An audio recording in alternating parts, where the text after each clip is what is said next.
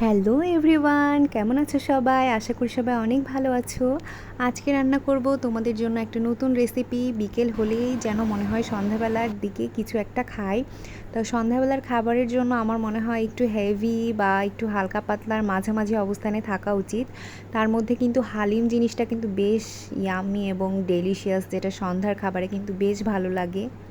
তো কিভাবে ঝটপট এবং সহজ পদ্ধতিতে হালিমটা বাসায় রান্না করা যায় এটাই আজকে দেখে নেব। হালিম সচরাচর আমরা বাইরে থেকে কিনে খাওয়ার চেষ্টা করি, মানে বাইরে থেকে বেশি টেস্টি হয়, বাসায় চাল ডাল বেটে বানালে খুব একটা সুস্বাদু হয় না। তবে আমরা যদি এই রাঁধুনি হালিম মিক্সডটা দিয়ে বাসায় ট্রাই করে দেখি তাহলে কিন্তু একদম দোকানের মতোই স্বাদ পাওয়া যেতে পারে। তো আমি আজকে এটা প্রথমবারের মতো চেষ্টা করছি, এজন্য তোমাদের সাথে আমি এটা শেয়ার করছি। প্রথমে আমি একটা কাচের বাটি নিয়ে নিয়েছি এবং হালিম রেডিমিক্সের প্যাকেটটা নিয়ে নিয়েছি, দেখতেই পাচ্ছ। এখানে 2টা প্যাকেট ছিল। আমি প্রথমেই বড় প্যাকেটটা খুলে নিয়েছি এবং তার ভিতরে চাল আর বিভিন্ন ধরনের ডালের একটা মিশ্রণের গুঁড়ো ছিল। এটাকে আমি প্রথমে বাটিতে ঢেলে নিচ্ছি। ঢালার সময় অবশ্যই ফ্যানটা অফ করে নেবে। আমি ফ্যানটা দিয়ে রেখেছিলাম, এই জন্য বাইরে আশেপাশে উড়ে যাচ্ছিল আর কি। তো প্রথমে এটাকে আমি দিয়ে নিলাম।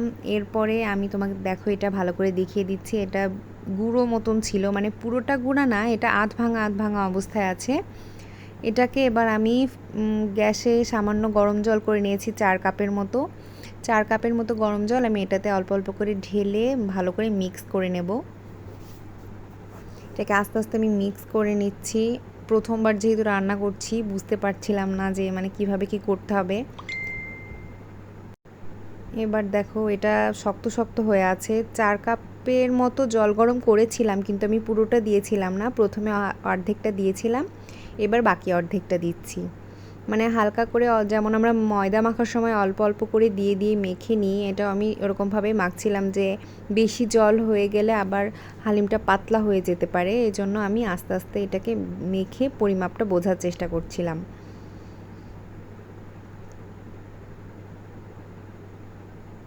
এই পর্যায়ে এসে আমার মনে হচ্ছে আরও খানিকটা জল দিতে হতে পারে।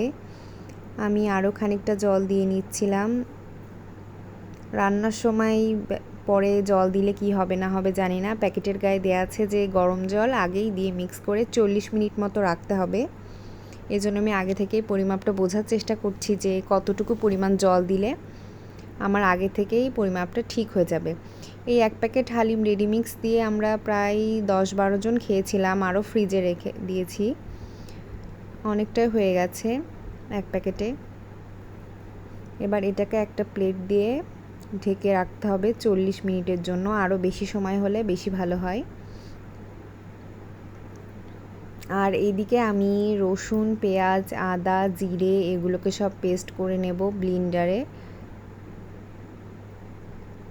এখন আমি ব্লিন্ডারের ভিতরে রসুনের কোয়াগুলো ছাড়িয়ে নিয়ে দিয়ে দিচ্ছি, আর দিয়ে দিচ্ছি সামান্য পরিমাণে জল।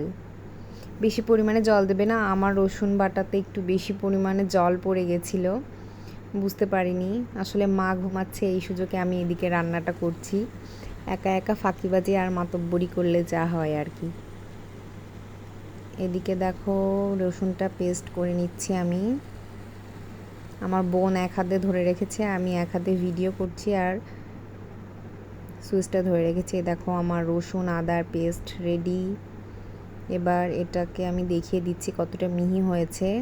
মিহি হয়েছে ঠিকই, একটু জল বেশি হয়ে গেছে আর কি, একটু শুকনো শুকনো হলে বেশি ভালো হতো। হয় না, আসলে শুকনো শুকনো হলে জিনিসটা ভাজা ভাজা করার সুবিধা হয় পেঁয়াজের সঙ্গে। আর এদিকে দেখো আমি খাসির মাংস নিয়ে নিয়েছি, আর হালকা অল্প মুরগির মাংস ছিল ফ্রিজে, সেটাকেও নামিয়ে নিয়েছি। দুটোকে মিক্স করে দিয়ে দেব। মুরগির মাংস একদম অল্প ছিল তো অন্য কাজে লাগানো যাবে না, তাই ভালো মেটাতেই দিয়ে দেবো। এবার কড়াইতে তেল গরম করে পেঁয়াজ দিয়ে নিয়েছি। এই পেঁয়াজটাকে বেরেস্তা করে নিচ্ছি, বেরেস্তা করে পেঁয়াজটাকে নামিয়ে নেব। পেঁয়াজ ভাজতে বেশ কিছুটা সময় লেগেছে, যেহেতু এই পেঁয়াজের ভিতরে আমি লবণ দিয়েছিলাম না।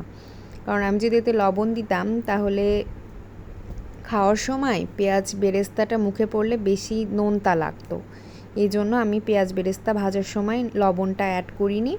আমি হালিমের লবণটাই দেব এবং ওটার সঙ্গে যখন মিক্স করে খাবো যাতে লবণটা বেশি না লাগে এই জন্য।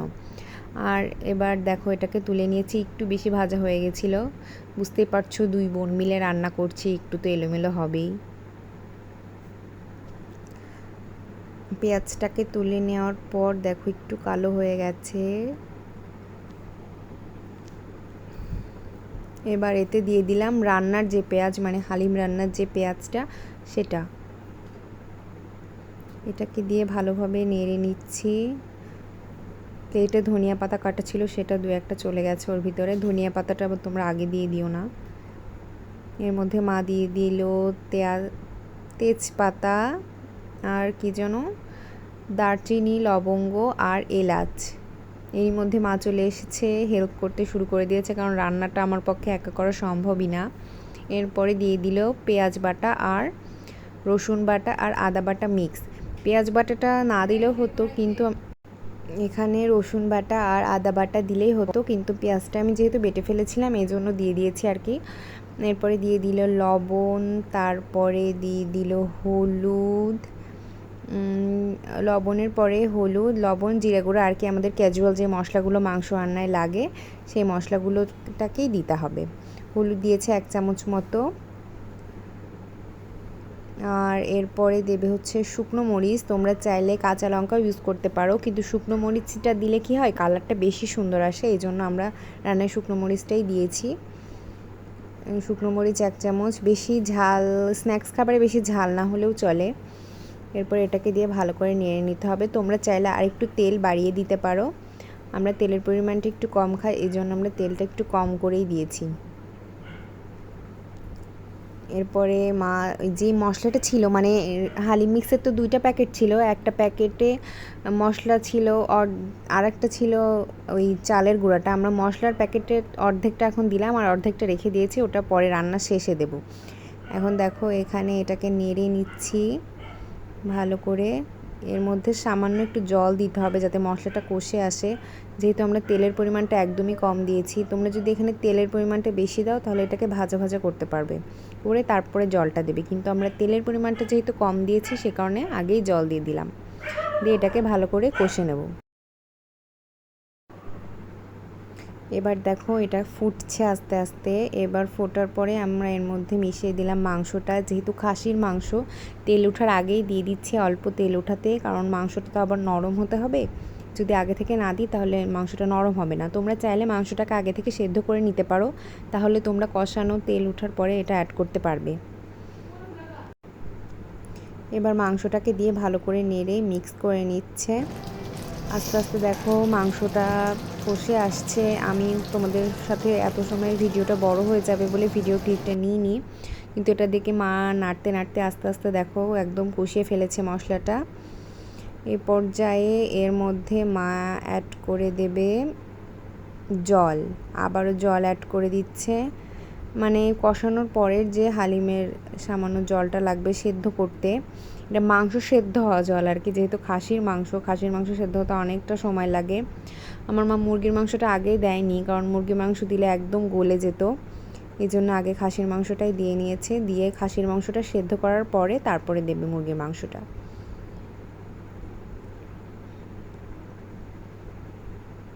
এবার এটাকে ঢেকে দিতে হবে।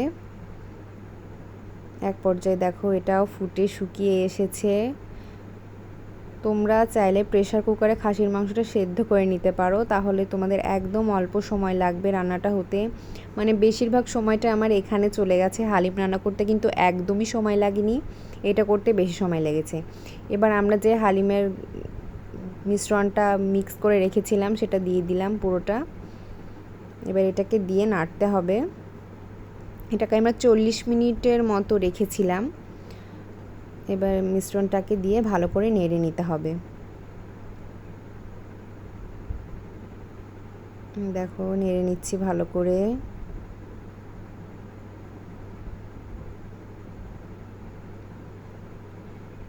এবার এতে জল অ্যাড করে দিচ্ছি, যতটুকু পরিমাণে জল আমরা দেব ততটুকু পরিমাণে আর কি, পাতলা করব না ঘন করব এটাই। আর ওখানে তুমি যতটুকুই জল দাও না কেন ওটা কিন্তু ফুলে পুরোটা একদম মাখনের মতো হয়ে যাবে, ওই জলটা পুরো মিশে যাবে, এর ভিতরে জল থাকবে না, এই জন্য পরে আবার জল দিতে হবে। আমরা এখানে গরম জল ইউজ করেছি, যেহেতু মাংসটা নরম কষানো ছিল। এখন যদি আমি ঠান্ডা জল ইউজ করি তাহলে কিন্তু এটা শক্ত হয়ে যাবে।